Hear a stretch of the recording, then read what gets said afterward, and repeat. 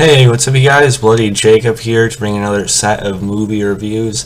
This time we're going to be talking about the Netflix film Extraction starring Chris Hemsworth, along with Walk Among the Tombstones with Liam Neeson, and finally, the latest Scott Adkins film Seized.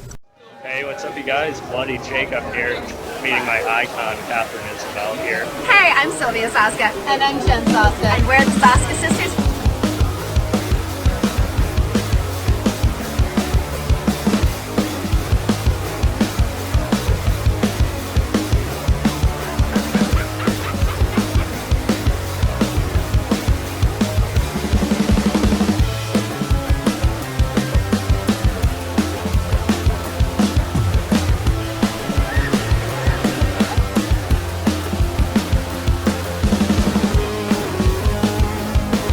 Bloody with two E's. Bloody Jacob, for sexy, awesome, exclusive content.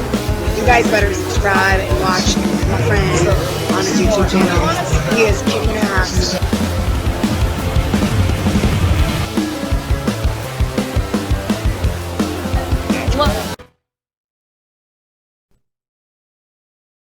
First up, yes, we're going to be talking about Extraction, like I said, starring Chris Hemsworth. This came out a while ago, obviously back in April of this year, and I meant to talk about it sooner, just I sort of missed the window on it when I initially watched it. But yeah, I wanted to talk about it nonetheless. Like I said, this is a QMR video, quick movie review, so it's not going to be like an extended discussion on each of these. It's going to be more of like a rundown of some movies I watched recently that I kind of want to knock out on my list to talk about. But yeah, nonetheless, I thought Extraction is very, very good. Obviously, produced by the Russo brothers and choreographed very, very excellently, like a lot of modern action films we've seen recently. And Chris Hemsworth, coming off of all the Avengers and all the Avengers films and everything like that, proves he can really work in any genre. We know he has comedic chops. We know he's believable as a character he was as Thor, and now we know once again he can fit right into a really slick, well-executed film like this within the action genre. Like I said, the choreography in this, the stunt work is excellent. It was directed by Sam Hargrave. He did such a great job. Ever since films like John Wick and such, it's really raised a new bar for what action should be these days, and this is another example of that. It's a fine example of that. Chris Hemsworth is on the run to helping this kid and everything, and you get a bit of a character focus in there as well. You get some flashbacks, or at least some introspective look into what's going on in his psyche, which is what introspective means, right? So it's straightforward, but it gives you just enough to care about the character as well. And the ending is quite riveting. The climax of the film, it's pretty edgy or seat stuff in terms of the tension they build and the suspense, and you do get pretty invested as well within Chris Hemsworth's character. Supposedly they're doing a sequel. I think it's good with or without one, but I really liked Extraction a lot. And this isn't a spoiler, but if you look at the cast list, you also know David Harbour's in it. He's only in like one certain part of the movie, but he's good there as well.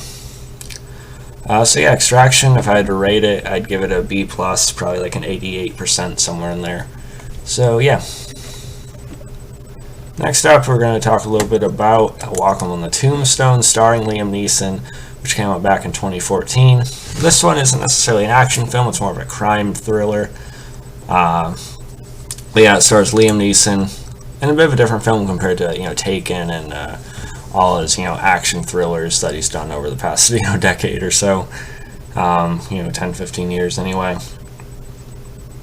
Yeah, it has Liam Neeson, David Harbour once again, Boyd Holbrook, Dan Stevens, just to name a couple.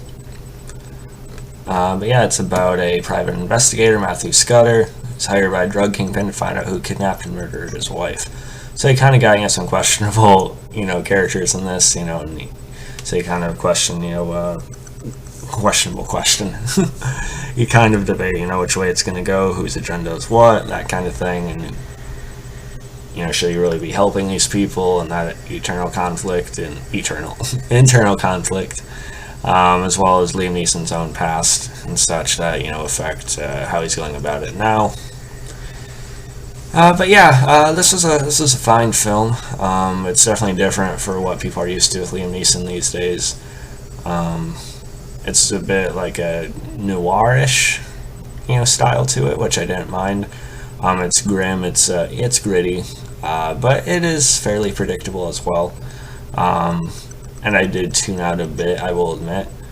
Also, by the way, Danielle Rose Russell was in this. She is Hope Michelson, the originals and legacies on the CW, so it was fun seeing her in this. She's only in a couple scenes, but she does really well with her emotions and such, so I wanted to bring her up real quick. But yeah, Walking on the Tombstones, you have to be in the right mood for it. It is a bit of a slog at times. It is almost 2 hours, but it's still a fairly well-made film for what it's going for. It doesn't pretend to be anything else.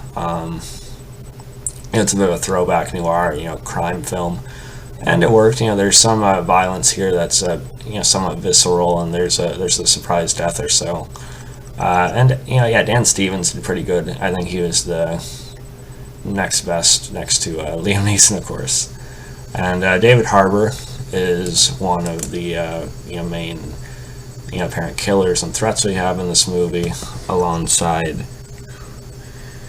Adam David Thompson, and both of them are pretty effective and creepy. I do wish we got to see them do a little bit more, but they still worked and were effective for the sorts of antagonists they were going for. So if I'd rate this film, I gave it a 7 out of 10 on IMDb. I'm sticking to that.